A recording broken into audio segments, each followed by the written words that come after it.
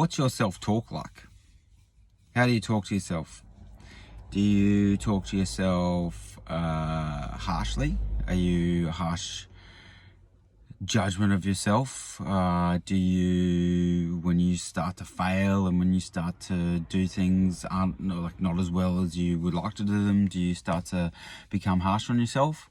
I mean, self-talk is a really, really important aspect of making sure that we are staying positive and confident all the time. And it's one of those things like that takes general awareness, and people talk about awareness all the time, but being aware of what your thoughts, feelings and behaviors are and how they're happening at that time can be really hard, because you kind of get caught in these loops and these patterns of you think a certain way, and because you're thinking a certain way it makes you feel a certain way, and then because you feel a certain way you start to behave a certain way, and it's a bi-directional thing. So it's the same thing, like if you're behaving in a certain way, that's going to affect how you start to feel, and it's going to affect how you start to think. So the reason I was thinking about this is because yesterday I started to be aware of the self-talk, because I wasn't having a great day when it came to being on the road and sales, but my day got broken up just by different meetings and things, and I really struggled to get in the flow. And on top of that, it just seemed like everybody in general like yesterday and that particular day was just not receptive. And I'm not sure if that was like the vibe I was giving off, or the mindset that I was in, or and I was speaking to my director about it. He's just like, sometimes you just get days like that where it's just like a day that whatever it is, like who knows what it is, there's a full moon or something, so everybody just has this different mood about them that they usually wouldn't have, and it's just a thing that's uncontrollable. So obviously, when you get a situation where things start to get hard, the self-talk starts to slip. It's just like, today's not going well. Maybe I should just stop and restart tomorrow, and all these sort of things. And because you're thinking that way, you're starting to feel a little bit, unenergized about the situation, then you start to behave differently. And then my interactions from that point forward, I might be behaving differently. So my mood and my attitude coming across to people might not be what it was in the morning. And the reason this is so important is because it's so relatable to when people get really anxious about things.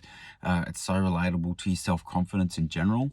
And it's one of those things, like I said, it takes a real general awareness to kind of figure it out. And being aware of what you're thinking isn't always easy. Like, you got to catch yourself in those moments. And it's what they call it is cognitive distortions, right? So if you're in a situation where, like, let's say your boss gives you a task that seems like is below your pay grade, for example, and you think, why are they getting me to do this work? Like, what have I done to them?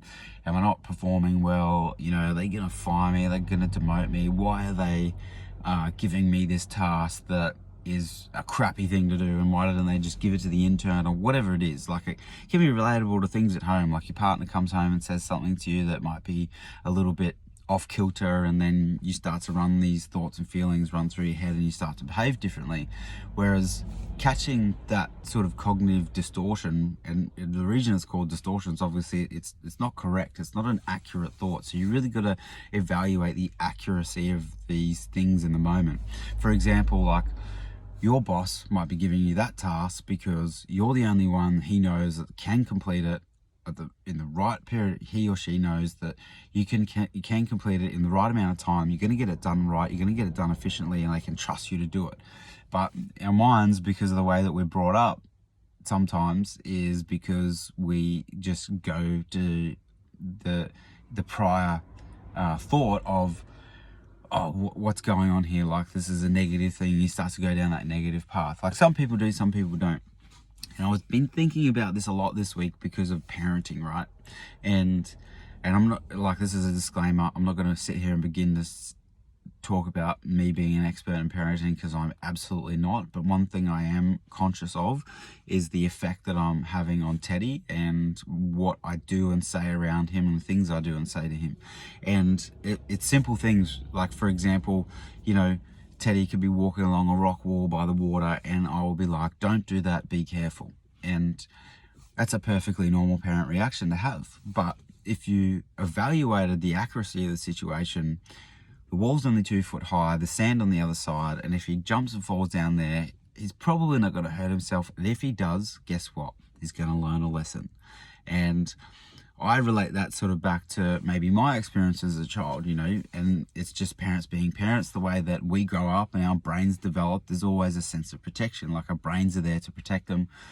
Our parents are there to protect us. So they're going to say, don't do that. Be careful. Look out. Are you sure you want to do that? And it's always just like doubt. And it's always like a cognitive distortion, which is so far from reality, because realistically, you're not going to die in that situation. You might maybe fall over and get hurt, but what happens when we fail? We get up and we learn, and then we know next time not to do that thing, or we get really good at doing that thing.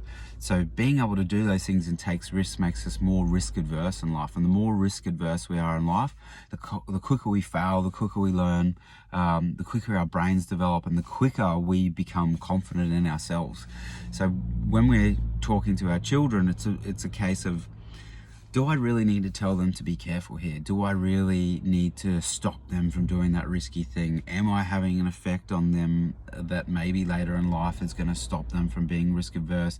And it's just one of those things, because as then we grow up, we get in this situation where we want to take a risk and we want to move forward, we want to grow, we want to develop for our happiness, for our professional life, whatever it is. And we go, oh, I need to be careful here. Oh, maybe I shouldn't do this. Maybe this is a little bit risky. So one of the tasks that I guess that I really set myself in this situation was obviously starting to become aware of those thoughts.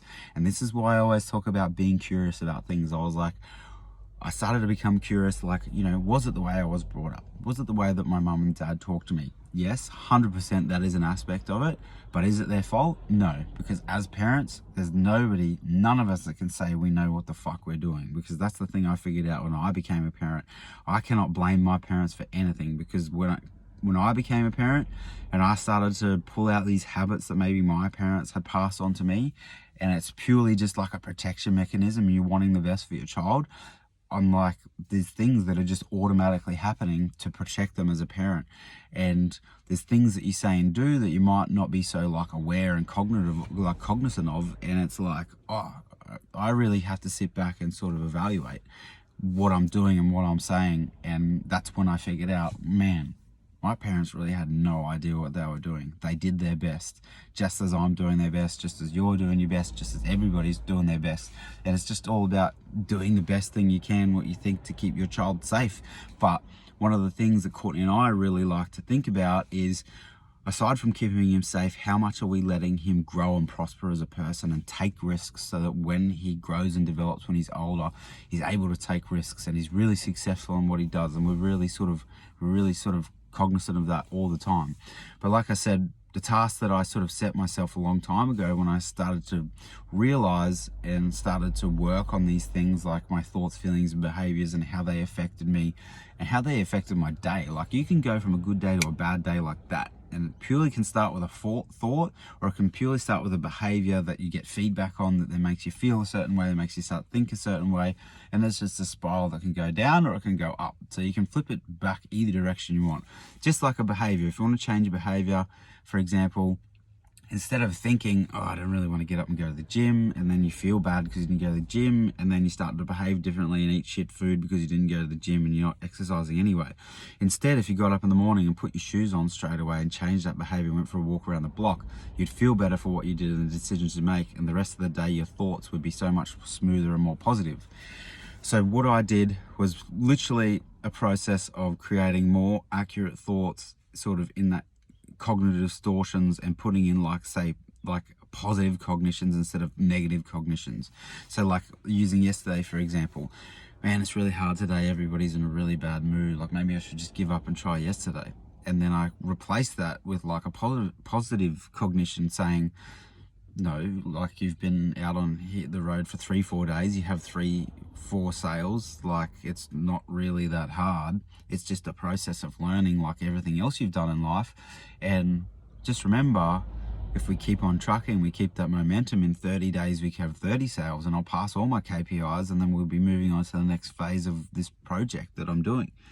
And it's just all about those little things, as knowing like having a sense of real good vision for the future, and knowing that things take time to learn, they take time to fix, they take time to learn, and making sure the more that we can replace those negative cognitions with positive cognitions, and then realizing those distorted cognitions, which are things like that aren't accurate, like if I do that, I'm going to die. If I do this, this person's going to yell at me. If I do that, I'm going to get fired. And just replacing those with really more accurate thoughts and going, well, no, that's not going to kill me. No, I'm not going to get fired. I do a great job. I've never been told I've not done a great job.